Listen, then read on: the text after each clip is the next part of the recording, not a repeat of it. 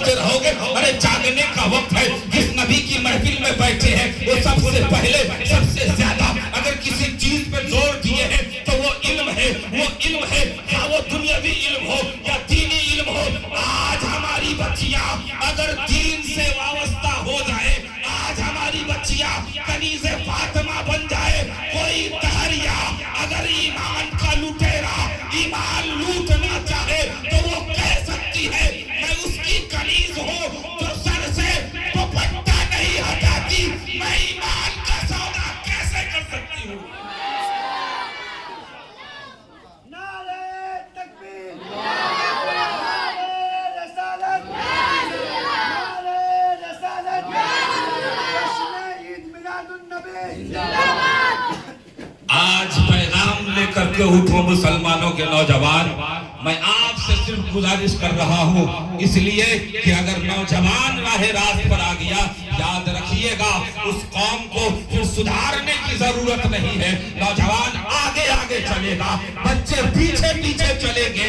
और अगर इस कौम की बच्चियां तालीम याफ्ता हो गई, खानदान का खानदान सुधर जाएगा, नस्लें आबाद हो जाएंगी। ये कब होगा? जिस तरीके से नौजवान ठाने महफिल मीलाद को सजाया, इसी तरीके से आप सुनते हैं ना बूंद बूंद तालाब भरता है।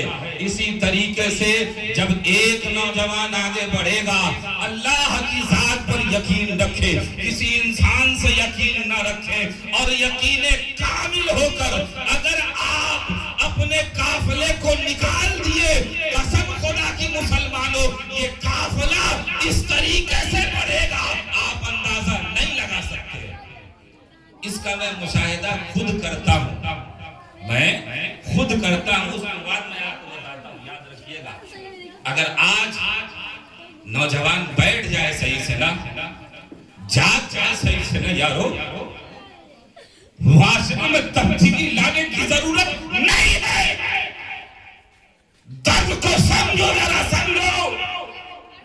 उलमा यूं नहीं चिल्लाते तुम्हारे सामने, कई कई बातें खपा करके उलमा किताबें पढ़ते हैं, फिर आसानी के लिए जुमला आपके सामने पेश करते हैं, वरना किताबी जुमला पेश किया जाए आप नहीं समझ पाओगे।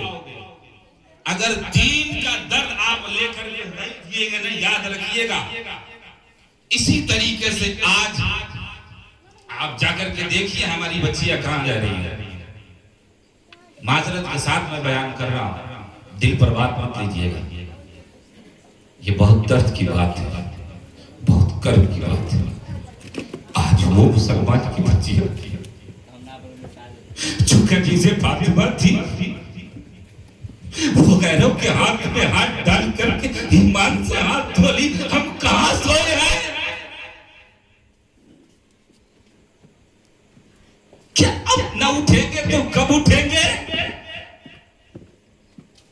नौजवानों अब कैसे बयान किया जाए? क्या सीना को छल्ली कर दिया जाए?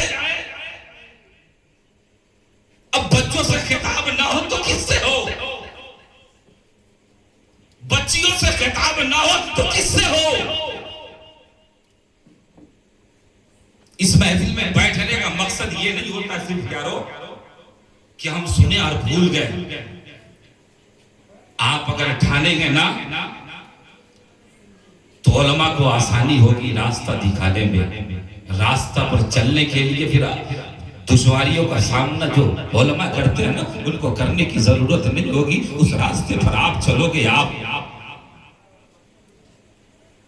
महफिल में बैठने से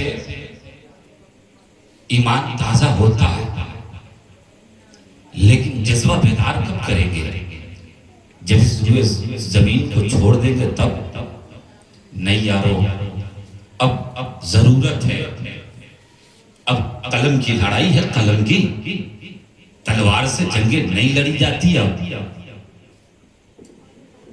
और हम न दुनियावी फील्ड में आगे न दीनी फील्ड में आगे। सबसे जरूरी अभी बात यह है कि आप अपनी बच्चियों का ख्याल रखें, याद रखिएगा, वरना कयामत के दिन आपको भी पकड़ा जाएगा, अब्बा हुजूर भी पकड़ाएंगे, भैया हुजूर भी पकड़ाएंगे, शौहर भी पकड़ाएगा और बड़ा बेटा भी पकड़ाएगा।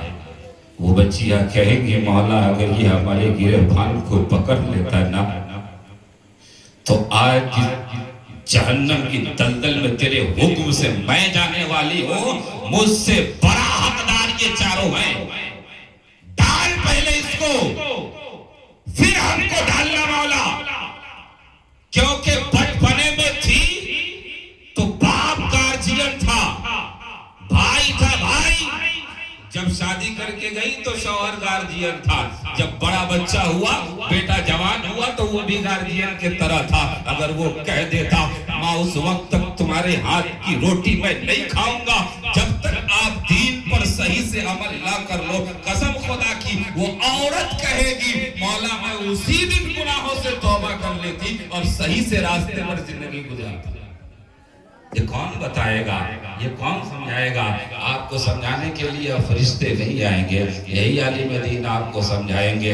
आप इनकी कद्र करें, आलिम दीन है तो आपको कोई दीन समझाने वाला है, वरना सब मतलब परस्त है, सब अपने मतलब के लिए आते हैं और यहाँ बयान करके चले जाते हैं। अलग अलग नेता आता है, अलग अलग पार्टी का आता है, हम चले जाते हैं झंडा उठाने के लिए, हम चले जाते हैं ढूंढने के लिए, कहाँ गए फला साहब, कहाँ गए फला साहब, कहाँ गए फला साहब। लेकिन कभी आपके अंदर ये शौक पैदा नहीं होता कि फला गांव में मुफ्ती साहब रहते, चल करके थोड़ा मुसाफा कर लो।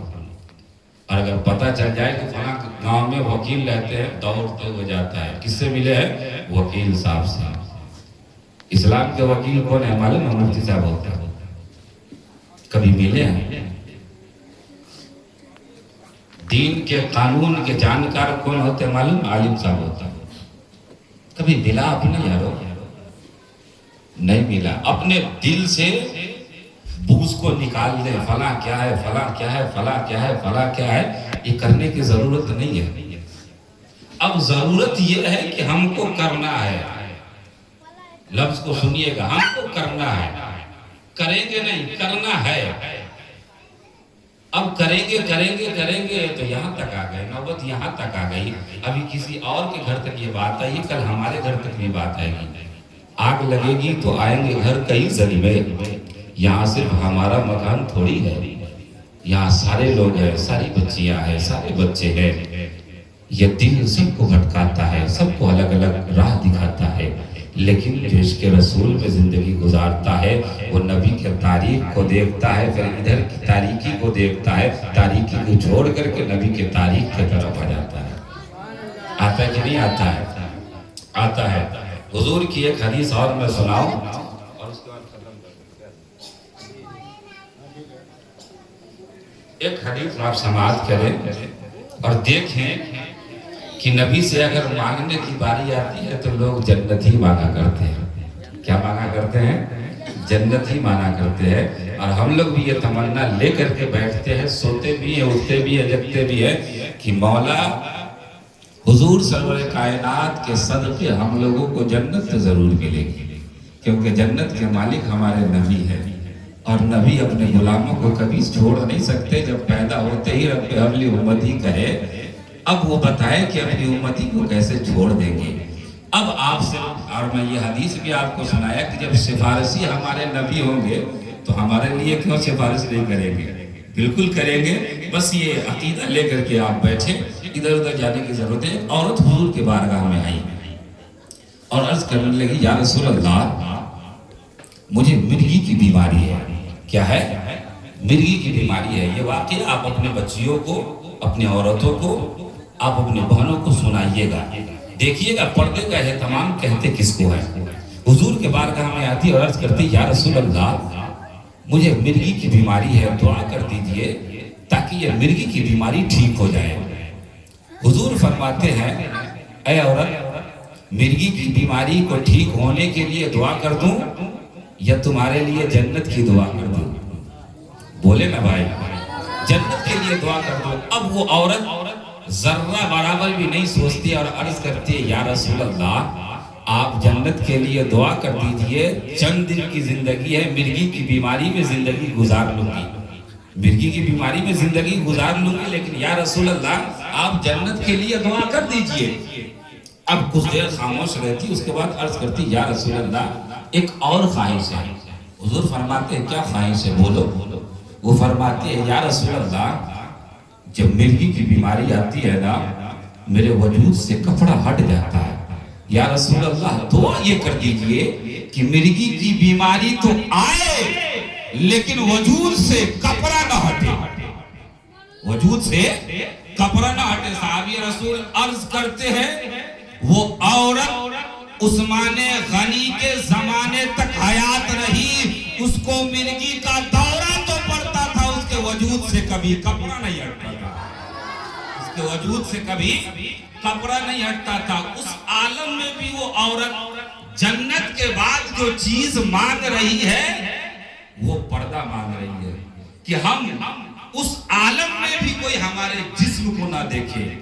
आज अगर हमारी बच्चियां इस तरीके से करती है तो सबसे पहले जो मुआशरे में अक्लमंद इंसान है उनकी भी जरूरत है, उनकी भी जिम्मेदारी है।